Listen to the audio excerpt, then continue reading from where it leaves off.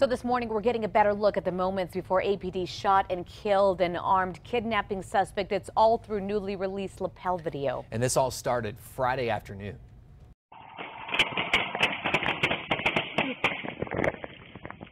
Shot fired, PD. Show me hands!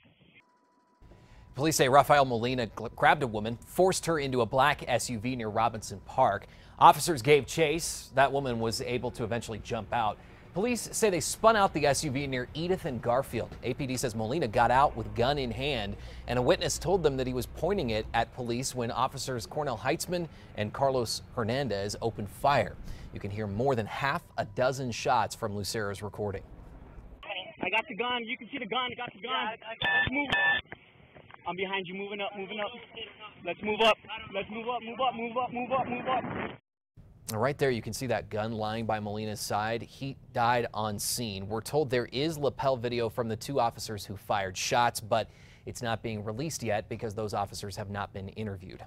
We turn on to this developing story. A judge in the case against Omari Varela's stepdad is expected to rule soon about the boy's siblings testifying during trial. Stephen Casals and his wife Cynthia Varela Casals are charged with killing the 9-year-old boy back in 2013. Yesterday, a judge gave Stephen Casals' attorney the right to review therapy records from Omari Varela's siblings. The kids may have told therapists different stories about what happened when Omari was killed. A new change to the state's teacher evaluation system could mean score improvements for some.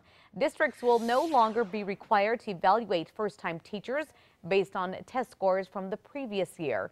The Public Education Department says the exemption makes the evaluation process more fair for the new teachers. Student improvement evaluations will be replaced with observation, attendance data, and other factors. Santa Fe Public Schools is looking to hire 150 new teachers by September, and it's hoping its new digital learning plan, which integrates technology into the classroom, will help to recruit people. The district is offering a $3,000 stipend for special education teachers. Two recent sinkholes in Albuquerque may not be the last that we see in the city. A water main break led to a sinkhole on Nile near 12th yesterday morning, right during the morning drive. Nile was shut down in both directions. About 2 weeks ago, a sinkhole in the Uptown area swallowed an SUV. Both of those underground water pipes burst because they're roughly 50 years old. The Water Utility Authority plans to spend $76 million per year to upgrade everything. They're saying that's going to be quite the process. Here's some facts, too, that we want to show you. The Water Utility Authority has about 3,100 miles of water supply pipeline. 24% of those pipes are more than 50 years old, and 35% have a failure risk that's considered to be highly critical. This morning, some mosquitoes in Bernalillo County are testing positive for West Nile. The city of Albuquerque and the county have been working together to get rid of mosquitoes that have the virus, but the number of mosquitoes is actually up by 300% this summer because of all the recent rain. Now, that's significantly higher than we've seen over the last 3 years. Check out our KRQE News app for tips on how to reduce the risk of getting West Nile. Coming up on 5:05 now, NASA is giving us a pretty unique look at what's referred to as a new Super Typhoon. These images were generated from data collected by an instrument on the International Space Station. After hitting the small U.S. island of Saipan in the western Pacific, Sodalor strengthened into the most powerful storm of the year for both the Atlantic and the Pacific. The typhoon is scheduled to make landfall in Taiwan on Friday at a Category 4 strength. Meteorologists are predicting that more than 20 inches of rain could fall in some parts of that country. We turn out to news out of Washington, D.C. this morning as we now know which candidates will participate in the first Republican presidential debate. This will be the first primetime debate. Republican governors Chris Christie and John Kasich will be among those standing next to frontrunner Donald Trump tomorrow. Only the top 10 candidates in the crowded Republican field were selected. Meantime, the FBI is looking into how Hillary Clinton secured her private email system. Clinton's lawyer says the agency wants to make sure that emails were properly stored and secured. The Bureau is concerned that Clinton sent classified information in her emails while she was Secretary of State without identifying it. It's unclear whether Clinton realized that she was potentially compromising classified information. Clinton says she never sent classified info. Okay, dieters, listen up. A new non-surgical treatment is promising patients will lose 2 to 4 inches of fat off their waist. Doctors say this device heats up your deep tissues up to about 115 degrees, that is, essentially melting deep layers of fat. Then your body does the rest to get rid of it. The FDA approved deep tissue heating in 2013. This treatment cost about $3,000 for 6 to 4 treatments. The company says there are not studies out there just yet on the treatment, but patients claim they've had visible results.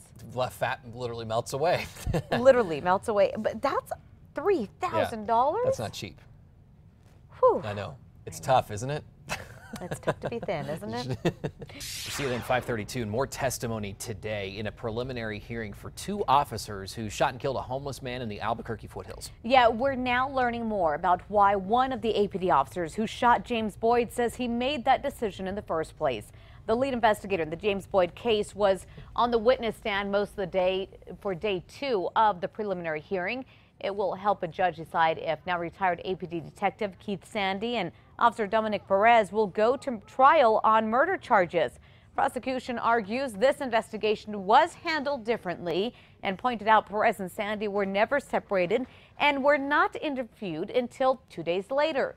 The lead investigator testified that Keith Sandy told detectives the less lethal tactics were not working and says Boyd took an aggressive stance. The detective read Sandy's statement in court. Listen. The way that I perceived it was like when the hockey players are on the ice and they're going to fight and they take their gloves. The investigator also told the court he's not sure why Sandy does not have video of the encounter with Boyd. The preliminary hearing will continue today. You can follow along with our live stream on KRQE.com. Happening in just hours now, New Mexico's Attorney General is scheduled to hold the first meeting for the Violent Crime Review Team. Hector Balderas says the group will work to make sure that repeat offenders don't slip through the cracks in the court system. The team was assembled after the shooting death of Rio Rancho police officer Greg Nigel Benner. Police say suspect Andrew Romero was a repeat offender and he had run-ins with at least 12 state agencies but kept getting through. Benner's wife, Julie Benner, along with district attorneys, officers, and various state social services will be a part of that group. The first meeting will be at the National Hispanic Cultural Center this morning at 9:15, and we will be there. You can follow the very latest on the KRQE News app. We turn out to news happening right now. Albuquerque police are looking for the man who groped a student in the C&M parking lot. A little after 6 yesterday evening, we're told the student had her breast grabbed by a man riding by on a Razor scooter. The groper is described as being in his mid-20s, about 130 to 140 pounds with dark hair. He was also wearing a ball cap and had a dark backpack on him. UNM sent an alert out because he was last seen riding toward UNM campus. Less than a week ago, a woman on the UNM campus was groped in the parking lot near Johnson Field. It's unclear if that suspect was ever caught. Time is 5:34. We're your back to school station this week, and today we're tackling school shopping. We sure are. We actually sent News 13's Catherine Mazzone to the stores to find the best deals and gave her a little bit of a challenge to see how tough it is for you parents to buy everything on the school supply list without breaking the bank. She's live in the Newsplex. What you find, Catherine? Good morning, Crystal. I tip my hat to you parents. I mean, this was tough. I took supply lists from 2 different schools to figure out where I could find the best bargains and to see which items would be the most difficult to track down. Here's what I found.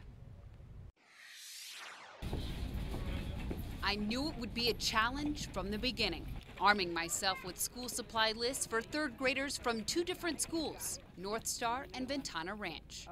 After briefly reviewing my lists, I was off. The first item for North Star, pencils. But not just any pencils. 48 pre-sharpened Ticonderoga pencils. In fact, both schools require brand names.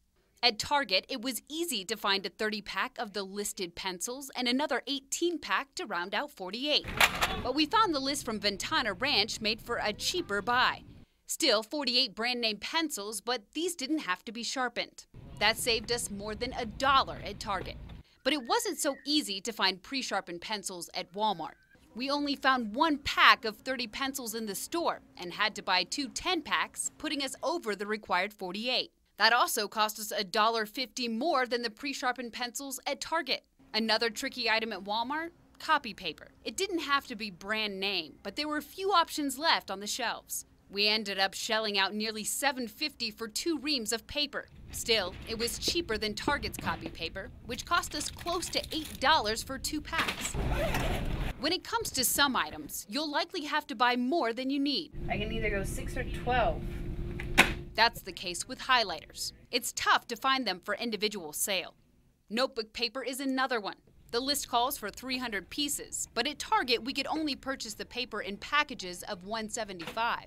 On the other hand, Walmart carries packs of 150 and it costs $1 less. We headed for the checkout with the 21 items on our North Star list. It costs us a little more than $90. At Walmart, around $75. Still the cheapest, right? $1.49. Oh, we got 69 cents here. No, that's still cheaper. Put the other ones back, and we're gonna get those.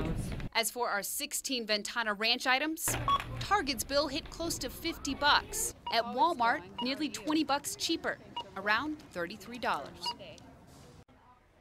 Now, in addition to these items, both lists also require students bring cash for extra supplies. Now, I cross-checked these prices with prices at another local retailer, Kmart, and found that they're pretty close to Target. Back to you. All right, thanks, Catherine. Now, to see exactly what Catherine bought, just head to our website, KRQE.com. And remember, tomorrow, we'll take the same list and see what we can buy online and if we can buy it cheaper. Good deal. Your child's school supply list might be top of mind right now, but there are some key things to remember for their health, too. Andrea Boyer, a physician's assistant, I should say, with the Minute Clinic in Rio Rancho, points to 3 things you can do before school starts to relieve stress later. First, remember to schedule a sports physical. Often students are going to need these to participate later in the year. Second, make sure to talk with your school about how to manage your child's prescriptions and over-the-counter medication. And lastly, don't forget to be up to date on vaccinations. Flu vaccine is going to be coming out in mid to late August. HPV is recommended but not required, like the Tdap, and meningitis is also recommended but not required. And Boyer says it's good to send kids to school with sunscreen too and remind them to practice good hygiene like proper hand washing to help prevent illness. We turn on to news out of Washington, D.C. this morning, where the Department of Justice is revealing a new report on a surge of inmate deaths. The report released yesterday says the number of inmate deaths has grown for the 3rd year in a row, and this report was just released on the same day Sandra Bland's family filed a wrongful death lawsuit against police after the 28-year-old was found dead in her Texas jail cell. Senators have already held a hearing about how to provide more resources to inmates. Turn out to this, a California man is recovering in the hospital this morning after a case of road rage ended in a shocking act of violence. We want to warn you, the video you're about to see is graphic. Here we go. Here's the video. You can see the victim fighting with the man there. That's when a white car comes out of nowhere and slams into him. Police say the victim was arguing about his stolen car with the suspected car thief. The person driving the victim's car was his accomplice. Investigators say the victim got away with some serious injuries, though, but he's expected to survive. Meanwhile, police are still looking for the men accused of hitting him. That's terrifying. I know it is. It's tough to watch. It is tough to watch. Boy. It's now 5:39. Some